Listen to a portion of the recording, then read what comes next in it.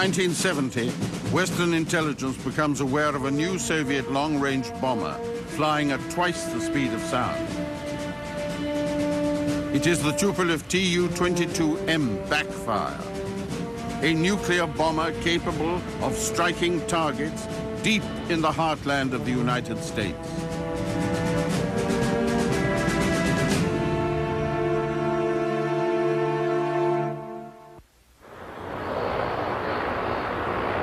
In 1955, Western defense experts saw the new Soviet heavy bomber, the Tu-95 Bear, for the first time. At first, they didn't take it seriously. Any aircraft with propellers in the mid-50s was considered to have no chance of competing with America's mighty B-52. But the Bear had very long range, and for the time, it was fast. It was not to be ignored. Sargi, the Central Aero and Hydrodynamics Institute in Moscow, is the Russian equivalent of NASA. It has a range of wind tunnels of varying sizes, subsonic to hypersonic. In the 1950s, its comprehensive test facilities were committed to finding ways of propelling aircraft faster. Before Joseph Stalin died in 1953, he placed great emphasis on the development of a Soviet intercontinental strategic bomber force. The Myasishchev Bureau attempted to respond to Stalin's pressure for a jet bomber to match the American B-47 and B-52, but large Soviet jet engines were not well enough developed at the time to give the necessary range. Even so, Western experts believed that Soviet Bears and Bisons were a direct threat to the United States.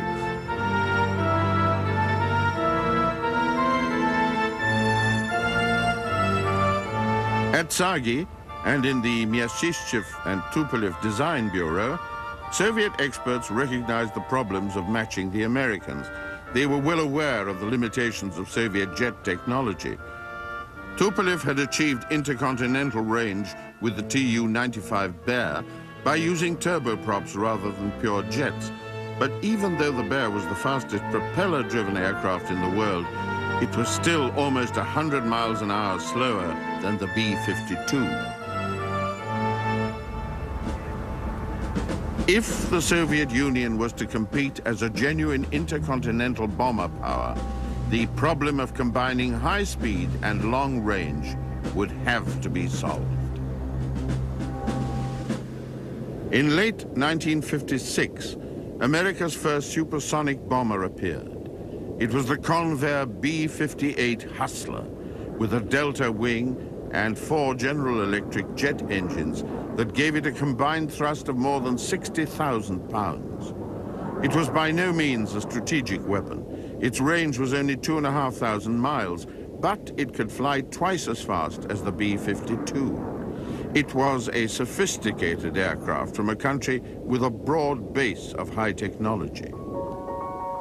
Comparatively, Soviet technological development seemed crude and narrow, hardly touching the life of the ordinary Soviet citizens. In October 1957, the Western world was shocked when the Soviet satellite Sputnik was rocketed into orbit. Not only was it launched before an American satellite, but it was 8 times heavier than the one America was planning to put into orbit. The Sputnik launch forced the world to re-evaluate the Soviet missile program. If a Soviet rocket could launch a satellite, surely it could deliver a nuclear warhead into American territory. America responded immediately by accelerating its own missile programs.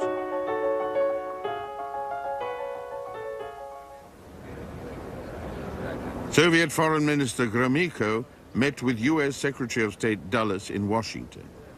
Among topics they discussed was Khrushchev's offer to the US to bring satellites and pilotless missiles under international control.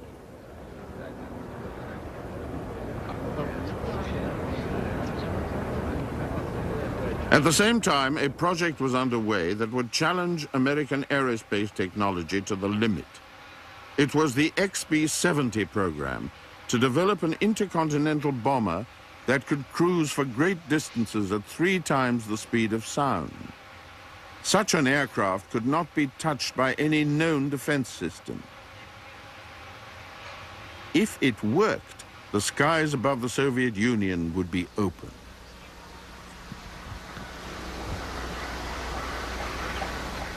The Soviets had their own experimental long-range high-speed bomber. It was the M50 from the Myasishchev Design Bureau. NATO became aware of the M50 in 1958 and gave it the code name Bounder. It was an extraordinary-looking aircraft, using the same delta wing and tail combination as the MiG-21. Myasishchev's previous attempt at an intercontinental bomber, the Bison, had not been able to achieve genuine long range. Soviet jet engines were not well enough developed to be fuel efficient.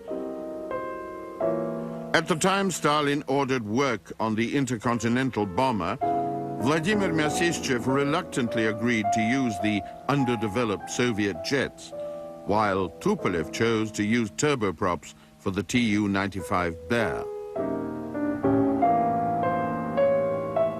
4 years later, the Myasishchev Bureau once again found themselves working beyond the state of the art. The object in this case was to use the new Solovyov engines, combined with an extremely low-drag airframe to give much better range than its predecessor, the Bison.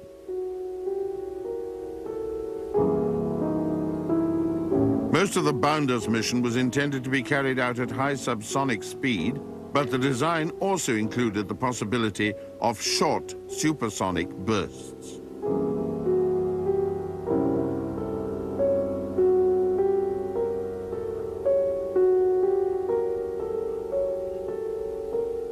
The Bounder was a massive aircraft, more than 180 feet long. Its wingspan, because of the delta shape, was not nearly as great as the Bison or the B-52, but its loaded weight was 300,000 pounds.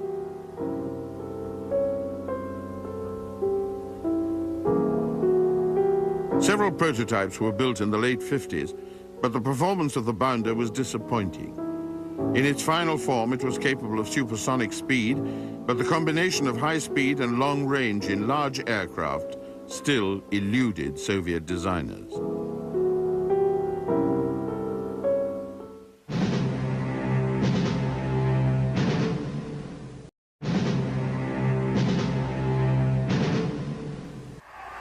At the end of the 1950s, the uneasy balance between the Soviet Union and the West was disturbed. In Cuba, on the 16th of January 1959, Fidel Castro's forces seized power from the government of Fulgencio Batista. Within hours of the takeover, the United States formally recognized the new Cuban regime. A few months later, in September, a Soviet Tu-114 airliner arrived in New York after a non-stop flight from Moscow, bringing Nikita Khrushchev for a tour of the United States. In a whirlwind 2 weeks, the Soviet premier demonstrated his volatility, protesting at his exclusion from Disneyland and bluntly affirming the possibility of a nuclear war. At Camp David, his mood appeared to calm, and he discussed such things as the future of Berlin with President Eisenhower. Khrushchev's position had been strengthened by a successful Soviet moon rocket launch just before his arrival in America, and it was strengthened further still on May the 1st, 1960, when a Soviet surface-to-air missile brought down a high-flying American U-2 spy plane.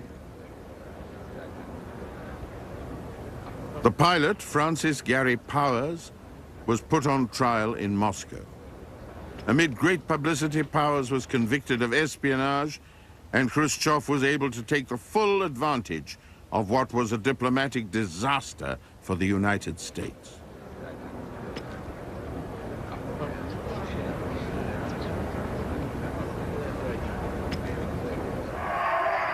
Nikita Khrushchev now had an ally in power just off the coast of the United States.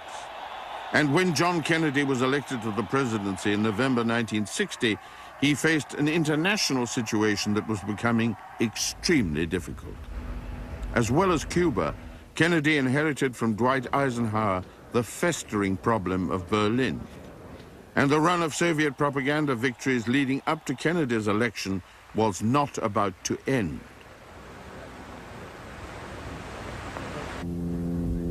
At the Soviet Aviation Day display in Moscow in 1961, the West watched with interest to see what would be unveiled.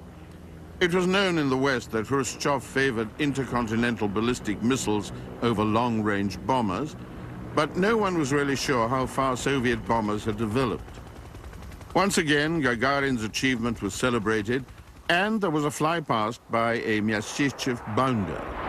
But Western intelligence had known about the bounder for 3 years, and it was no surprise. There were several different fighters, including early versions of the MiG-21, one with a rocket-assisted takeoff system.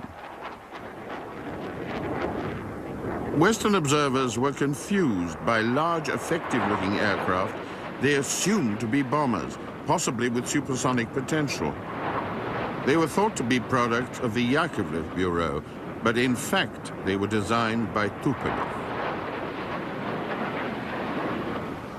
Andrei Tupolev established the pattern for the Soviet Design Bureau when he set his up in 1922.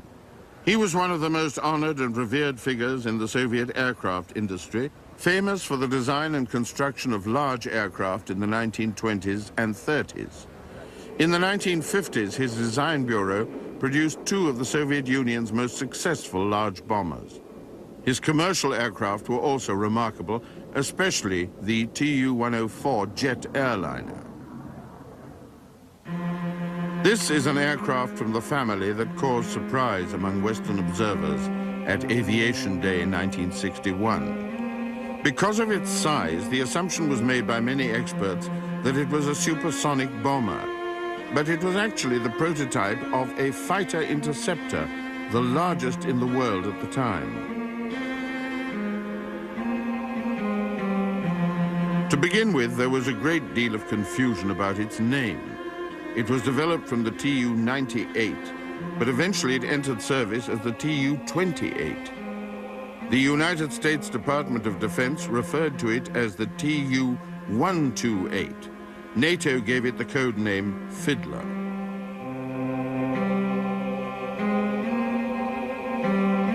It was 90 feet long. The span of its swept wings was 60 feet. Fully loaded, it weighed 88,000 pounds. Its 2 engines had about 27,000 pounds of thrust each, and top speed was 1,100 miles an hour. Later versions carried 2 missiles under each wing, 1 infrared and 1 radar.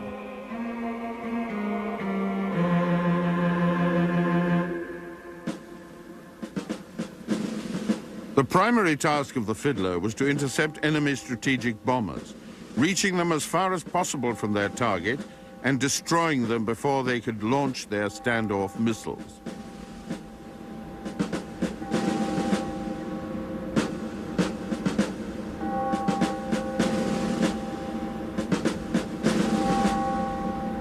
For such a large aircraft, it carried a very small crew, only a pilot and a navigator. Fiddlers were still active in the middle 1980s, some of them patrolling the Arctic, on the lookout for any NATO intrusions into Soviet airspace. While there was a confusion at the 1961 Soviet Aviation Day about whether or not the Tu-28 was a supersonic bomber, there was no doubt about another aircraft that made its public debut on the same day. The Tu-22 Blinder was the first Soviet bomber genuinely capable of supersonic speeds. It could only sustain them for short periods of time, but it still caused a sensation among Westerners at the Aviation Day flypast. At first, Western authorities overestimated its ability, but the Soviet Air Force did not. Only about 250 were built, which is a very small production run by Soviet standards. The Blinder's top speed was almost 1.5 times the speed of sound, and its maximum range was less than 4,000 miles. This meant its maximum combat radius, including a short supersonic dash, was less than 2,000. The range of Soviet jet bombers had always been disappointing. By the early 60s, there was still no genuine intercontinental Soviet jet bomber. Somehow, Soviet engine designers had not been able to match America in producing engines that developed both power and range.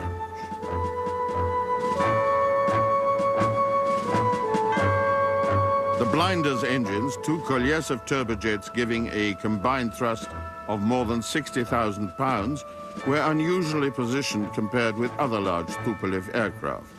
They were housed in short pods sitting side by side on top of the rear fuselage. The fact that these engines could not deliver long range was offset to some extent by developments in weapons technology. When effective long-range air-launched missiles became available, the importance of bomber range diminished slightly. As a result, the lifespan of the Blinder and even the subsonic Badger were extended. Blinders were modified to carry a supersonic nuclear missile with the NATO code name Kitchen. The Kitchen was stored in a recess in the Blinder's weapons bay. It was shaped like an aircraft, about 37 feet long, with a wingspan of 10 feet. It could carry a 200-kiloton nuclear warhead.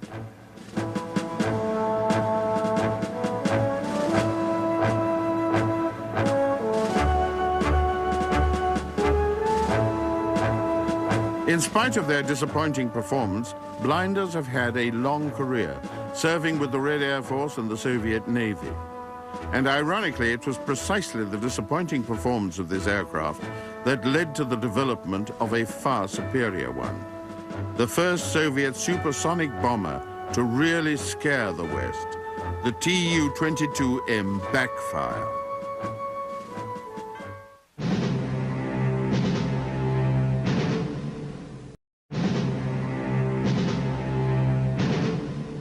In 1961, world tension over Berlin was heightening. Every week, thousands of refugees from the eastern sector of the city were flooding into the west. Officials said they were suffering from Türschluss panic, fear that the door would slam in their face. There were strong rumors circulating that Russia would seal the border between East and West Berlin.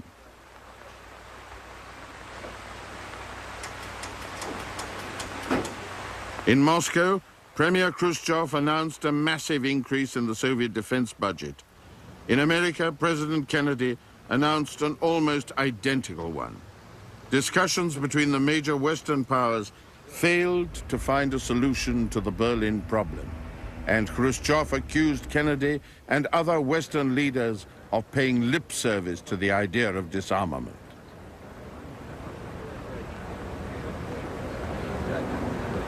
In August 1961, the Türschluss panic experienced by East Germans was suddenly justified. The door was slammed in their faces. It began with barbed wire on August the 14th.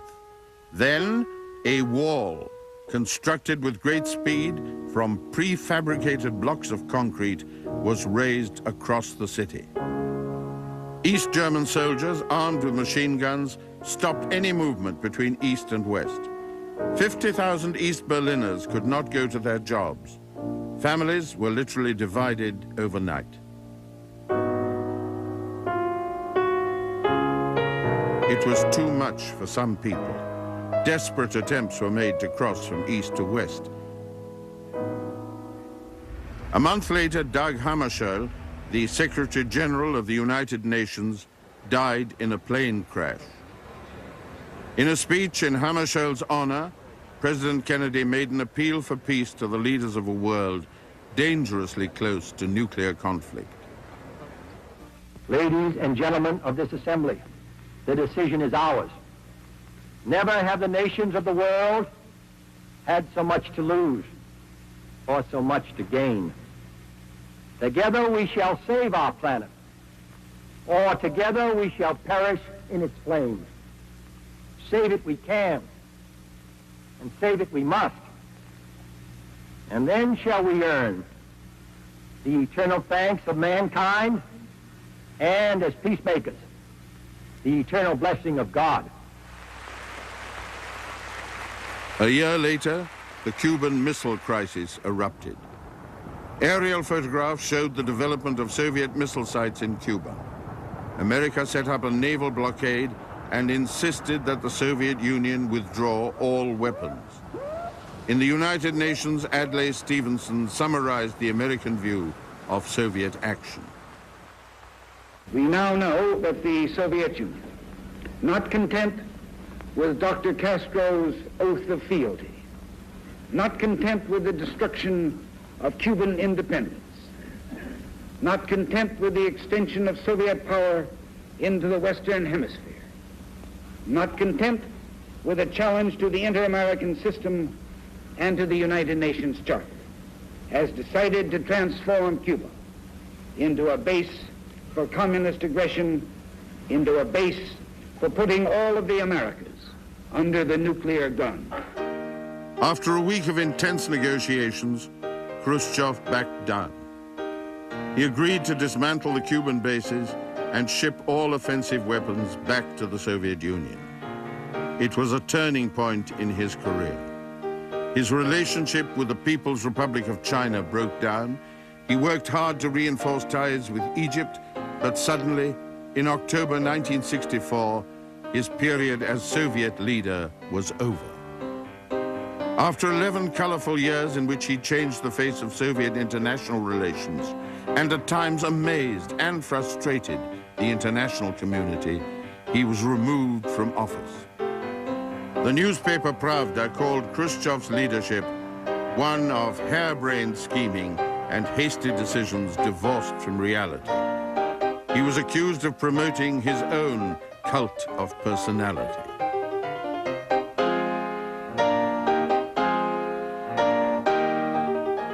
He was replaced as party secretary by Leonid Brezhnev, known to Western diplomats as the Red in the gray flannel suit. Alexei Kosygin took over as Soviet premier. The international community was surprised by the change, but expected Brezhnev to continue a policy of peaceful coexistence with the West.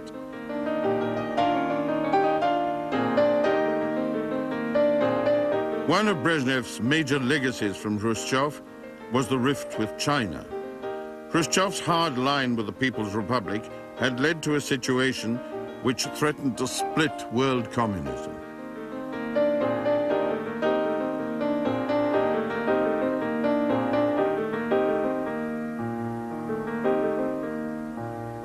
Khrushchev was also the first Soviet leader to denounce Stalin, but within 6 months, Stalin was being praised again in Moscow.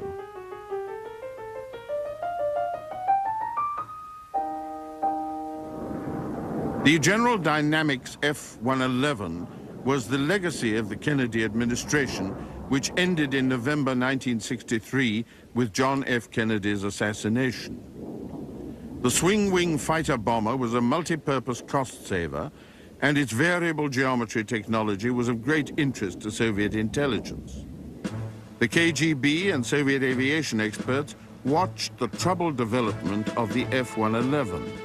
It was a major departure from past American fighter and bomber strategy, but the Soviet Union was also interested in the F-111's variable geometry technology. Variable geometry was particularly attractive to Soviet designers because it allowed an aircraft that could fly at twice the speed of sound to also have good takeoff and landing performance. This was vital on the poor surfaces of many Soviet airfields. So far, Soviet aircraft designers had failed to build a supersonic long-range bomber that was a real threat to the West. Soviet aviation technology made great advances in the 1960s. In July 1967, there was a perfect opportunity to show them off to the world.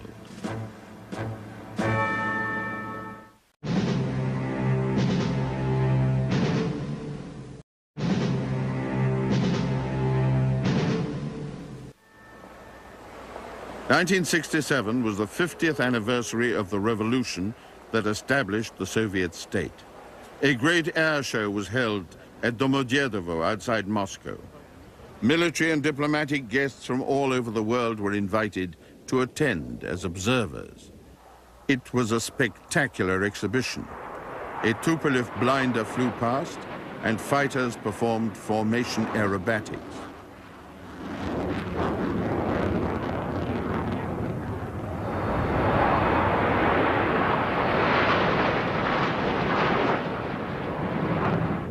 On the ground and in the air, the surprises kept on coming. Military transport aircraft, bigger than any others in the world, disgorged amazing amounts of men and equipment.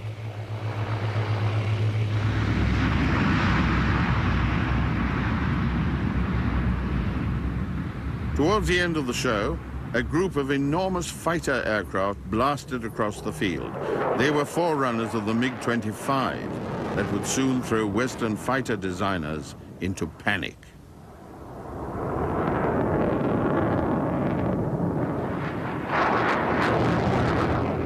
But in all this richness of aviation achievement, there was still no new supersonic bomber. This is the Tupolev Tu-22M. When NATO first became aware of early versions in 1969, they gave it the code name Backfire. At the time, it appeared to be the long-range supersonic bomber the Soviets had been striving for 15 years.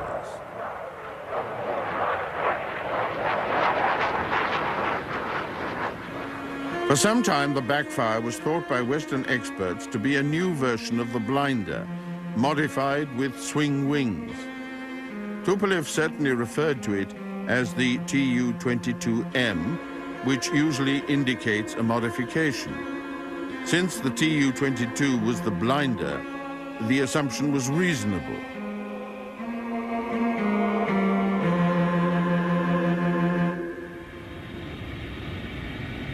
In fact, the Tu-22M was not a modification.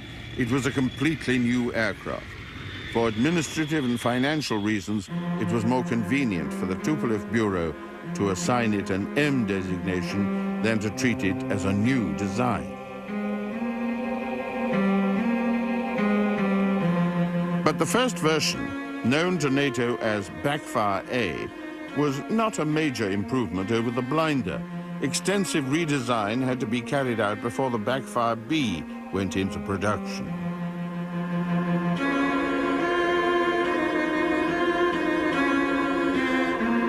When the Backfire entered service with the Soviet Air Force and Navy in the early 1970s, it carried a refueling probe in the nose and was believed to have enough range to reach North America. But the Soviet Union insisted that it was not a strategic intercontinental bomber. They said it was meant for tactical use in Europe and Asia and had a range of less than 1,500 miles.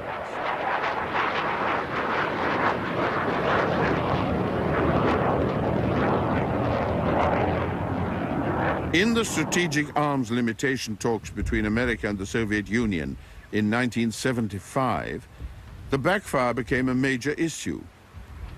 Soviet denials of the Backfire's intercontinental range were met with skepticism. Soviet negotiators agreed to remove the refueling probe, and the Backfire was exempted from classification as a strategic weapons delivery system. The refueling probes on Backfire Bs were removed, but many Western experts believed they could be replaced at any time.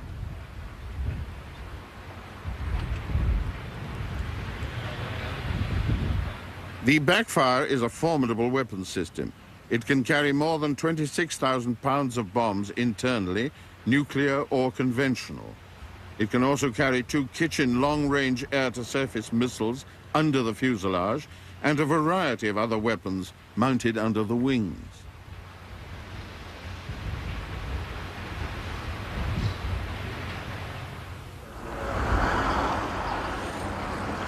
In the late 70s, there was discussion in military circles about Soviet attitudes to a war in Europe. It was clear that the Kremlin could use the Backfire to strike NATO's nuclear resources, or the railheads, harbors, and airfields that supported its conventional forces. It could also be used for similar strikes into China. For many years, the Backfire's range was calculated and debated by Western experts. So was the question of whether or not it was really a strategic bomber. Original American estimates put its range far above the modest figure proposed by the Soviets in 1975. But since then, these estimates have gradually reduced. The calculation of range depends on many things: the speed of the mission, its altitude, and the weight of weapons carried. Latest estimates give the Backfire a radius of action of about 2,000 miles with a nominal internal bomb load.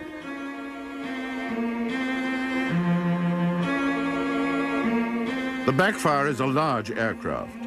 Its maximum takeoff weight is almost 280,000 pounds. It is a true supersonic bomber, but it's not capable of reaching the magic Mach 2, twice the speed of sound.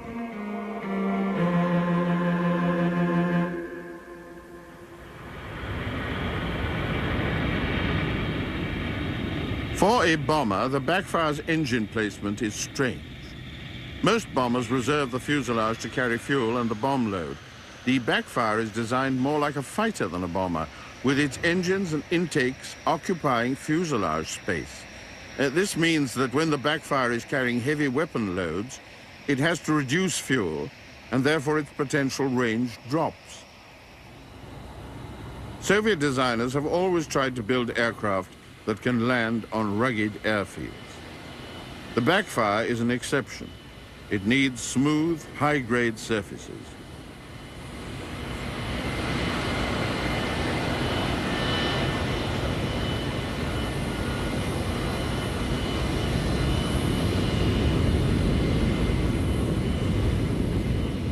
The Backfire was designed with variable geometry to give good performance at high and low speeds.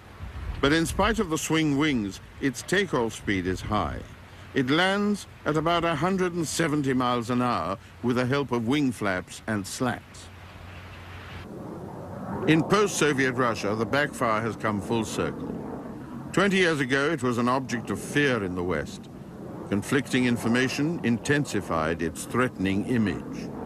Now it's up for sale.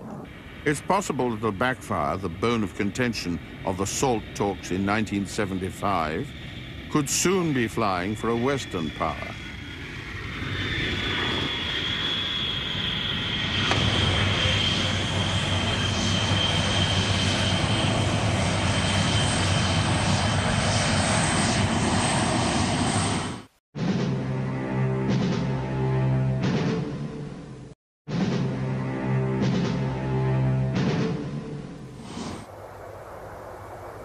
On the 23rd of December 1974, a spectacular American bomber taxied out for its first flight. It was the Rockwell B-1.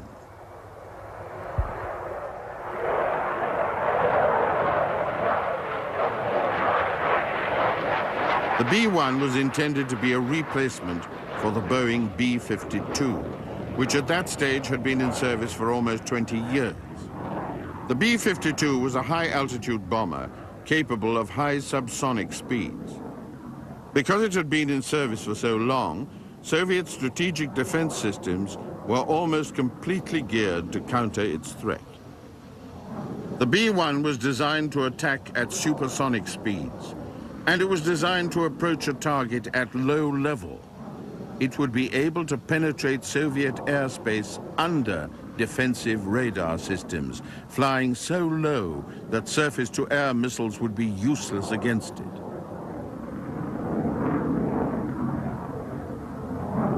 At that time, Soviet air defense fighters were also designed for high-altitude interception and were not equipped to detect and attack low-level targets.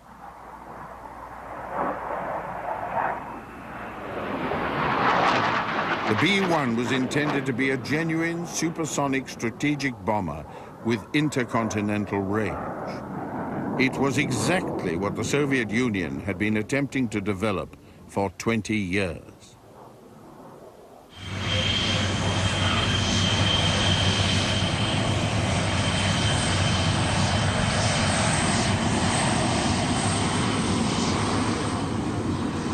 The B-1's implications for the Soviet Air Defense Ministry were devastating. They demanded a completely new approach to defense systems on the ground and in the air. America could not be allowed to gain such a strategic advantage without some Soviet attempt to match it. Work began in the Tupolev Bureau to develop the long-awaited Soviet intercontinental supersonic bomber. No one in America had any idea that such a development was taking place. The news would not filter through until 1979, and by then another crucial development had occurred. In June 1977, President Jimmy Carter canceled the B-1 program and diverted funds to cruise missile development. But when Ronald Reagan was elected, he ordered the production of 100 B-1Bs, a less complex, slower version of the B-1.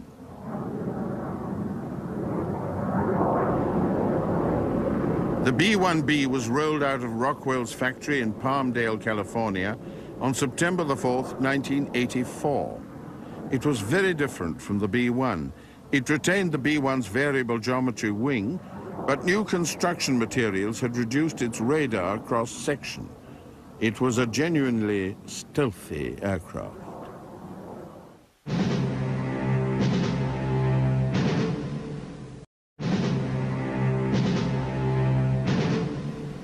In November 1981, a poor-quality American reconnaissance photo taken over Ramenskoye Flight Test Center revealed a bomber that looked remarkably like the B-1.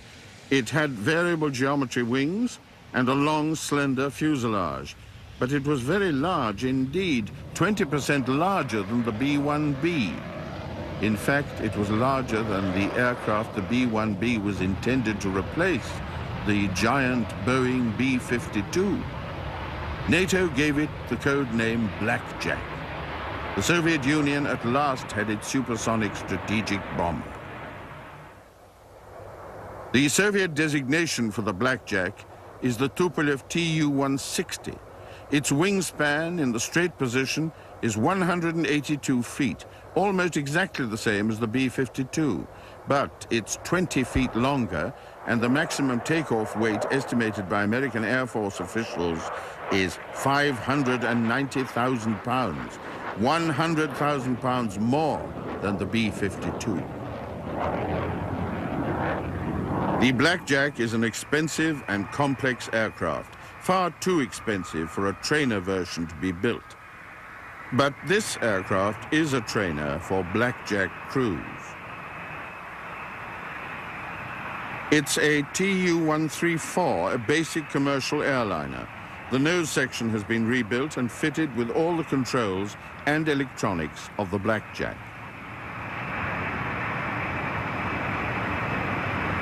The Tu-134UBL is a relatively inexpensive way of preparing crews to fly Russia's most expensive and complex aircraft. And its exaggerated pointy nose is an object of great curiosity to the crowds at Russian Air Force air shows.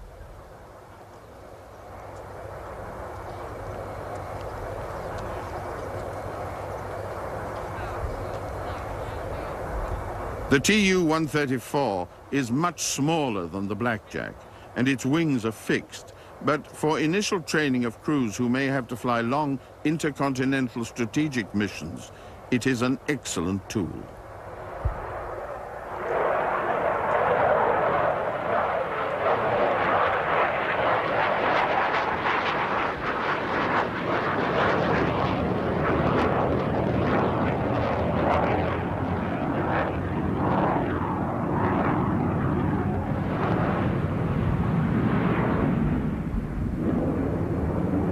The Blackjack became operational in 1988. In the spirit of perestroika, the Soviet Air Force invited the then American Secretary of Defense, Frank Carlucci, to examine one at close quarters. Carlucci and his senior military aide were allowed to spend 15 minutes inside a Blackjack, asking detailed questions about its performance and getting quite a lot of answers. At the end of the inspection, the Secretary's opinion was that the Blackjack was a very effective piece of military equipment.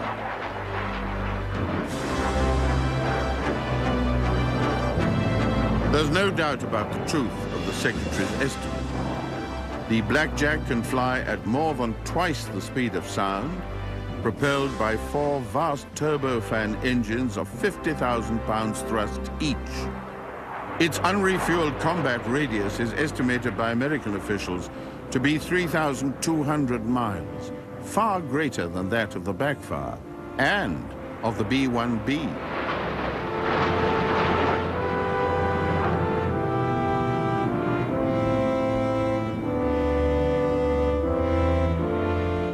When Frank Carlucci inspected the Blackjack in 1988, the Soviet Air Force intended to produce 30 aircraft a year by the early 1990s. But since then, the breakup of the Soviet Union and the collapse of the Russian economy has cast doubt on the future of all Russian high-tech military aircraft.